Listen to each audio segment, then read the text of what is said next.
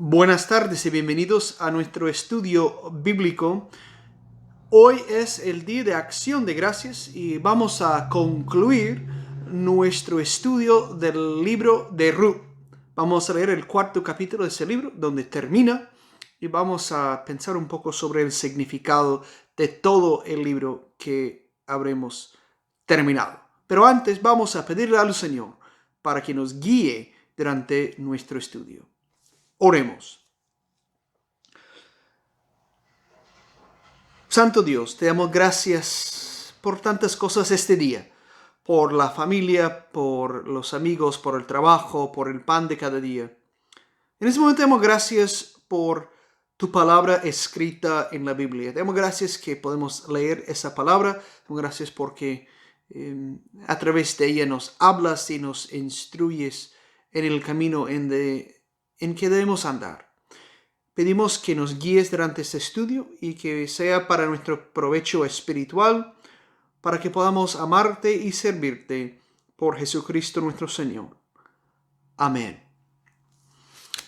Continuamos con la lectura del capítulo 4 del libro de Ruth, el último capítulo de ese libro. Y sencillamente vamos a ver cómo Booz y Ruth se casan y cómo de ellos salen grandes bendiciones de parte de Dios. Dice, capítulo 4, versículo 1. Más tarde, Booz fue a sentarse a la entrada del pueblo, que era el lugar donde se reunía la gente. En aquel momento pasaba por ahí el pariente del cual Booz había hablado. Oye, le dijo Booz, ven acá y siéntate. El pariente fue y se sentó.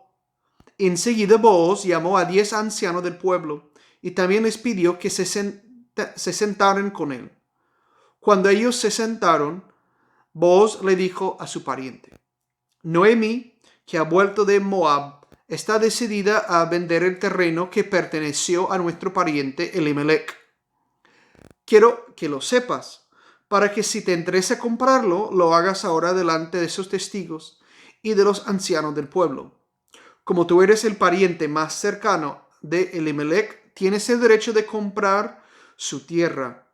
Pero si tú no la compras, házmelo saber, pues después de ti, yo soy quien tiene ese derecho. El pariente contestó, la compro. Entonces Booz le hizo esta aclaración. Ten en cuenta que si compras el terreno de Noemi, quedas también obligado a casarte con Ruth, la viuda moabita, para que la propiedad siga a nombre del difunto. Al oír esto, el pariente contestó, en ese caso no puedo hacer la compra, porque podría perjudicar mi herencia. Pero si tú quieres comprar, hazlo. Yo te cedo mis derechos de compra.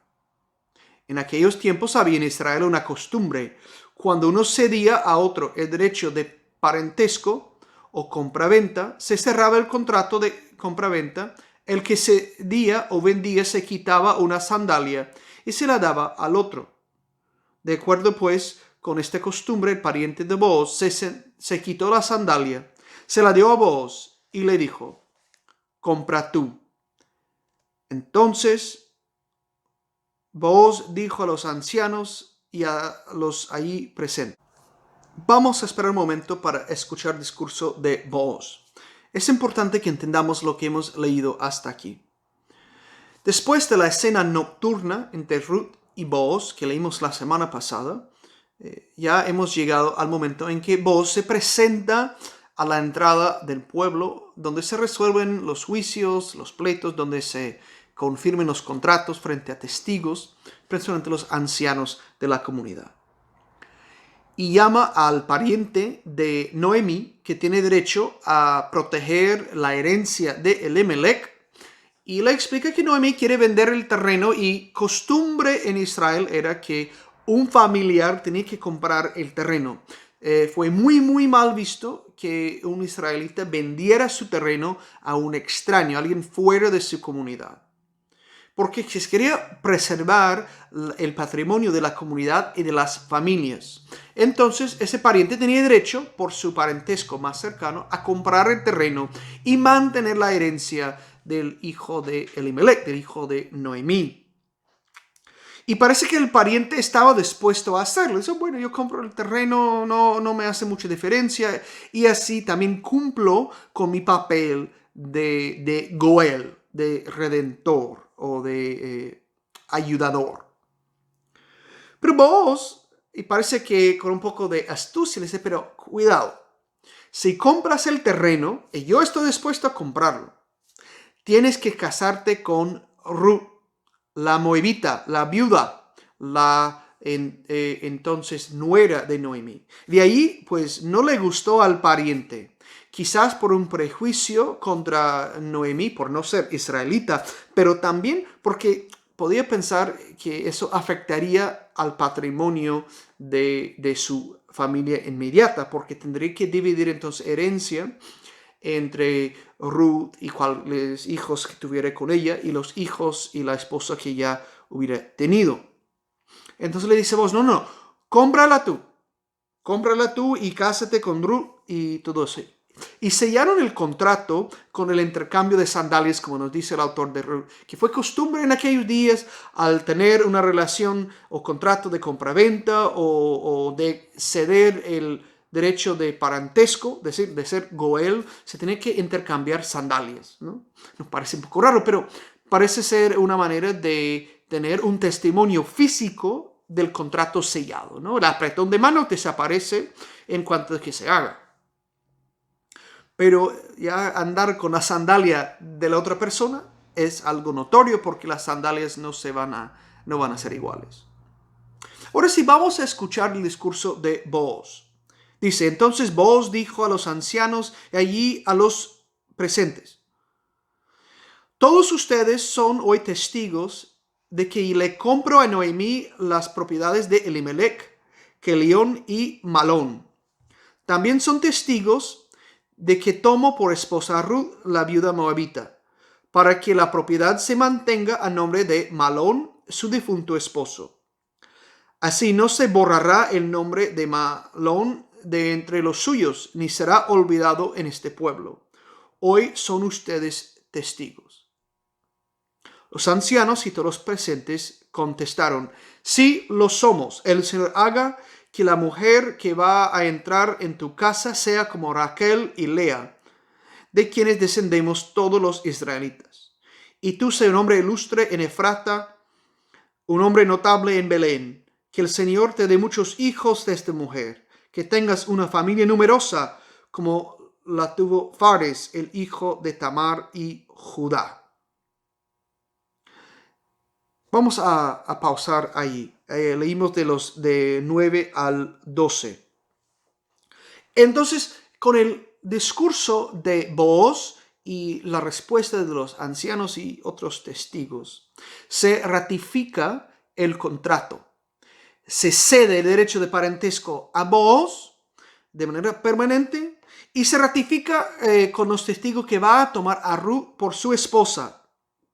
¿No? Y dice, ustedes todos son testigos de eso hoy. Y de ahí la comunidad representada por los ancianos extiende la bendición a Booz y a Ruth, ¿no? Que tengan muchos hijos, que Ruth sea como Raquel y Lea, de quienes descienden todos los israelitas, es decir, que sea realmente fructíferos al tener una familia, que tenga una familia tan numerosa como la tuvo Fares, el hijo de Tamar y Judá. Un recordatorio a las familias grandes y a los parentescos que comparten todos los israelitas, especialmente en el pueblo de Belén. Todos son descendientes de Abraham, son descendientes de los patriarcas, son israelitas, como dicen por ahí, de buena cepa. Entonces, a tener un matrimonio con la bendición de los ancianos del pueblo, reconociendo que ellos son parte del pueblo de Israel, también es una manera de reconocer la pertenencia de Ruth a ese nuevo pueblo. Ella ya forma parte de Israel. Ya no es extranjera, ya no es extraña. Ya por muy moabita que sea, es israelita por su fe en el Señor y por la bendición que recibe de parte de la comunidad de Israel. Y sigue la historia. Dice, Así fue como Booz se casó con Ruth y se unió a ella, y el Señor permitió que quedara embarazada y que tuviera un hijo. Entonces las mujeres decían a Noemí: alabado sea el Señor que te ha dado hoy un nieto para que cuide de ti. Ojalá tu nieto sea famoso en Israel. Él te dará ánimos y te sostendrá en tu vejez, porque es el hijo de tu nuera, la que tanto te quiere y que vale para ti más que 7 hijos. Y Noemí tomó al niño en su regazo y se encargó de criarlo. Al verlo, las vecinas decían: le ha nacido un hijo a Noemí, y le pusieron por nombre Obed. Este fue el padre de Isaí y abuelo de David. Vamos a pausar. Entonces se casaron Booz y Ruth, y el Señor les bendijo con un hijo. Primero con un embarazo y luego con el hijo que nació. Y entre el pueblo la gente se regocijaba porque Noemí recibió en sus brazos un nieto como si fuera un hijo, porque sus hijos habían muerto y no habían dejado descendencia. Entonces ese hijo de su nuera se convierte, claro, en su nieto, no por sangre, sino por los lazos familiares y por mantener la herencia de su difunto hijo, ¿no? Y claro, entonces ella, que había perdido casi toda la familia, forma una nueva familia con su entonces nuera, con su ahora nuevo será su yerno, de cierto modo, y con el nieto, que dice entonces que la va a cuidar como ella lo estaba cuidando. Y claro, ese hijo nacido a Ruth y Booz es Obed. Y Obed no es una figura que conocemos mucho, pero lo que sabemos que ese Obed fue el padre de Isaí. Isaí fue el padre del rey David. Entonces Obed es abuelo del rey David. Lo que quiere decir que Ruth es la bisabuela del rey David, siendo moabita, siendo extranjera, siendo no israelita por raza, es la bisabuela del que más israelita es, que es David. Es el más, ¿no? Entonces es importante. Y claro, si entonces Ruth, la moabita, es bisabuela del rey David, y el rey David es de los padres de muchas generaciones antes del Señor Jesús, entonces Ruth pertenece a la familia de Jesús. Ahora vamos a terminar el libro, terminando el capítulo. Dice, al versículo 18 en adelante: estos fueron los descendientes de Fares. Fares fue el padre de Esrón. Esrón fue el padre de Ram. Ram fue el padre de Aminadab. Aminadab fue el padre de Naasón. Naasón fue el padre de Salmón. Salmón fue el padre de Booz. Booz fue el padre de Obed. Obed fue el padre de Isaí. E Isaí fue el padre de David. Parece que realmente es un texto que no sabemos por qué se coloca ahí al final, pero nos da un poco de la familia de Booz, y que se radica en Fares, y Fares que fue el hijo de Tamar y Judá. Judá es el que da el nombre Judá a ese pueblo, a esa tribu de Judá, ¿no?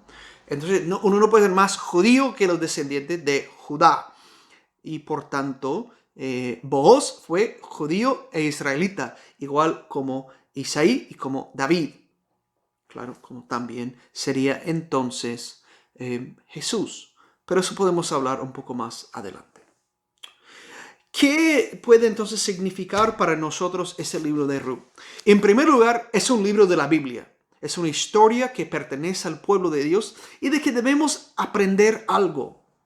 Podemos ver que el pueblo de Dios no ha sido exclusivamente definido por raza, porque tiene espacio para todos los que confían en el Dios de Israel, ya forman parte de ese pueblo de Dios. Se convierten en israelitas espirituales, como se puede decir,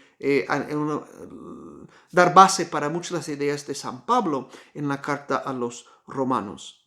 También nos recuerda que la familia de Jesús, porque Jesús es descendiente de David y por tanto de los personajes de ese libro, Es una familia de gente que tiene fe en el Señor y que tiene ganas de recibir esas bendiciones que todo el mundo recibe. Vemos como la caridad, el amor, la apertura, la hospitalidad se presentan quizás de formas pequeñas, pero que tienen consecuencias muy grandes. Y además yo creo que es un libro realmente ameno para leer y en que meditar. Quizás no por último, pero aunque lo hemos dicho ahora de último, es un libro que resalta la figura de la mujer que cree en Dios. A veces damos mucha atención a los hombres valientes de la Biblia, pero cada vez, o en la medida que leo la Biblia más, me doy cuenta de la valentía y el papel fuerte que tienen las mujeres, especialmente en el Antiguo Testamento. No son de todas dóciles, no son de todas delicadas, son de armas tomar en algunos casos, literalmente. Pero Ruth es realmente una muchacha que da por qué admirarla. La admira su suegra, la admira la comunidad, la admira vos, su luego esposo. Nosotros también debemos de admirarla y dar gracias a Dios por ella y por todos esos santos del Antiguo Testamento que hemos leído en el libro de Ruth. Ahora vamos a terminar con el Padre Nuestro. Padre nuestro, que estás en el cielo, santificado sea tu nombre, venga tu reino, hágase tu voluntad en la tierra como en el cielo. Danos hoy nuestro pan de cada día. Perdona nuestras ofensas, como también nosotros perdonamos a los que nos ofenden. No nos dejes caer en tentación, y líbranos del mal, porque tuyo es el reino, tuyo es el poder, y tuya es la gloria, ahora y por siempre. Amén. Muchas gracias por su tiempo, que disfruten lo que quede de ese día de acción de gracias y que ojalá nos veamos el domingo a las 11 de la mañana.